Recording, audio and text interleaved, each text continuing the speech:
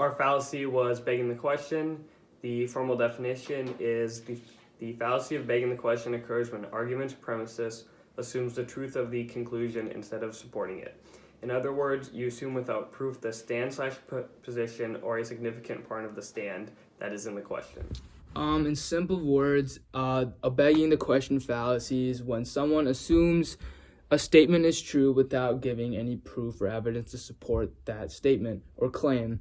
And here we have two examples, but one of them is a better example and it's easier to understand, which is people under the age of 18 should not be able to vote because adults should only be able to vote.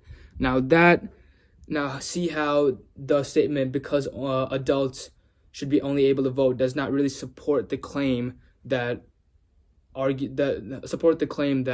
people under the age of 18 should not be able to vote. So then that would be a begging the question fallacy. I see a foot. I see an eye. I see a neck. I see a horn. A horn?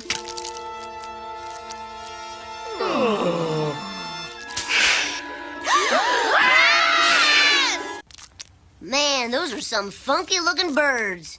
Oh, oh, you look like a little tiny dinosaur. Ow! There's one vicious baby bird. Dad, they aren't birds. Sure they are. They came from eggs in a bird's nest, therefore, they're birds.